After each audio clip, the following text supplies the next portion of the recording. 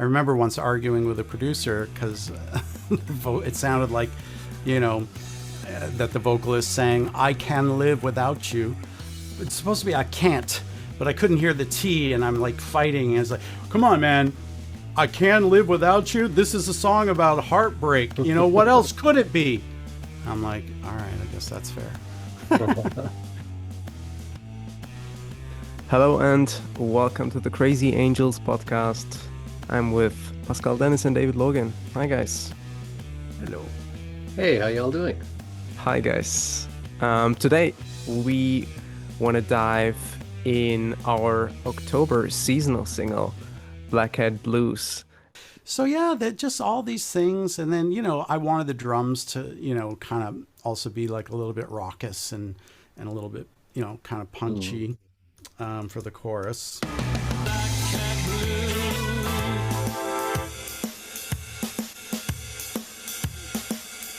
Also for the verses, Actually, they're a little more raw on the verses, and probably this song was done a while ago, so I'm trying to remember my process. And I guess for me, I just wanted those verses to be dark and gritty, so I had the drums really, pushing, and and then but the chorus, right, is our comic relief. We get some horns, there's no wolves howling, and that's why the drums, super simple at this point, in fact. The other thing about this is for anybody who wants to learn about arranging, and again, I'm not taking credit for this, but this is very sort of like in the spirit and tradition of like a Frank Sinatra number. Mm-hmm. Listen very carefully to when Pascal sings and when you hear the horns. Mm. Black cat blues, black cat blues, turn the screws and light the fuse. Black cat blues. Right? This is so fundamentally important for anybody that wants to learn about arranging, producing. You never step on the vocalist. And the thing is, again, if you listen carefully, the horns do come on top of his lyric, but only after every consonant and syllable has been pronounced. Listen carefully. Black cat blues, right? Black cat blues, turn the screws and light the fuse. Right?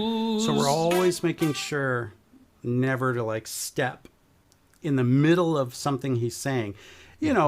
I mean, you could argue, well, we didn't hear the S of the blues, but you don't need to. I mean, this has been, it's the title of the song. Everybody knows it.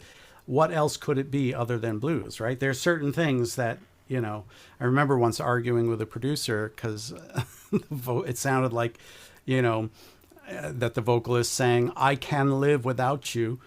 It's supposed to be "I can't," but I couldn't hear the T, and I'm like fighting. And it's like, come on, man.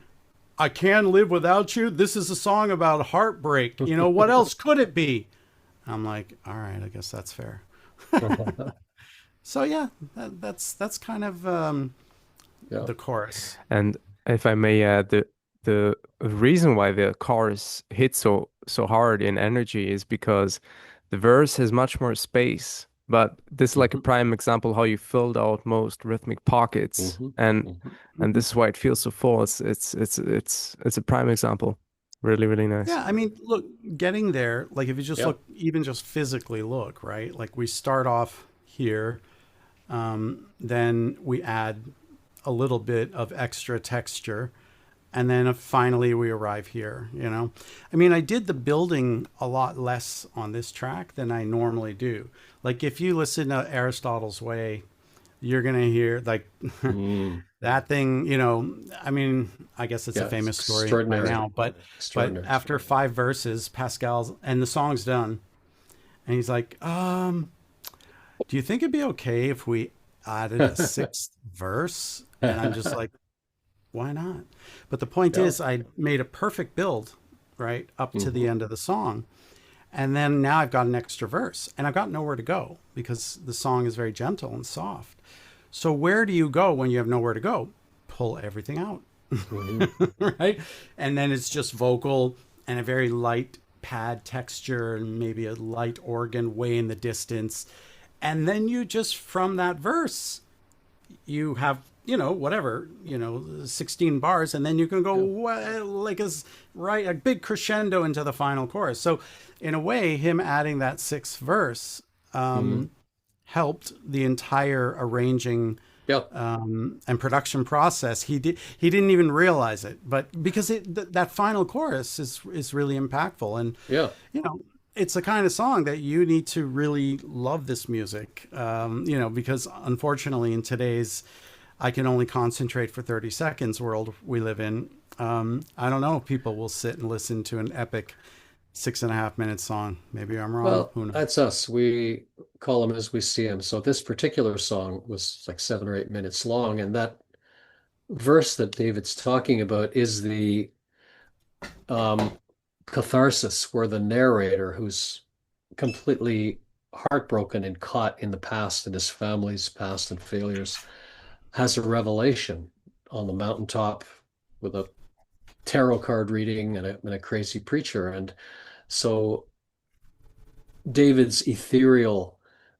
production of that verse. So I encourage you to listen to the song. It's called Aristotle Way, the first song on the first album. Anyway, that ethereal background, dropping everything out, reflects his revelation, and then we So can go to the everything final worked out. verse.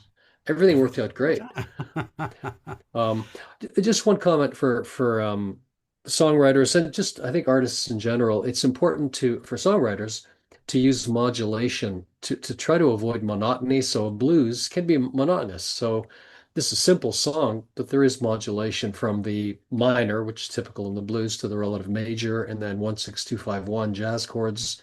So it's a little fresher. Similarly, you can modulate from a verse to a chorus. You can go up a couple of tones or down a couple of tones, or within the verse, you can include 2 5 1s to different keys. And so knowing your jazz harmony, I think, is important because it allows you to navigate around the so-called circle of fifths and keep it fresh.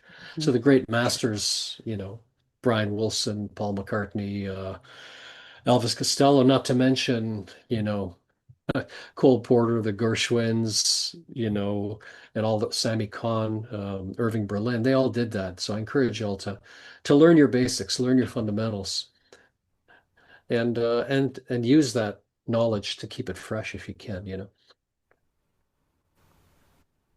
Indeed, and if you really want to freak people out, you could go to the parallel major of the minor key you're in. If you really want to Yeah, freak out people and yeah, just go, "Whoa, where'd that come from?" yeah, That can be fun. But yeah. yeah, And I mean, you guys have songs with way more complicated arrangements, but I think also maybe a lesson could be that not all songs need the most complicated arrangement. Sometimes it's also okay to create a functional arrangement, right? Because Mhm, I mean, the blues is hmm also mhm. a style Yeah, yeah, which doesn't require it. Am I correct to assume this? yeah, yeah, yeah. yeah. I mean, I would more describe it as a genre Genre. rather, but sure, certainly yes. I mean, but what I guess my point being, there are many different blues styles within the genre. That's my only point. Like Stevie Ray Vaughan blues is very different than Sun House blues, like miles apart. Chicago versus Mississippi Delta blues, those are universes apart, right? So yeah, that's all. Just to say. But yeah, you're So, right. I mean, you're yeah. right that not every song requires, a really complicated arrangement, and sometimes simplicity is the best way.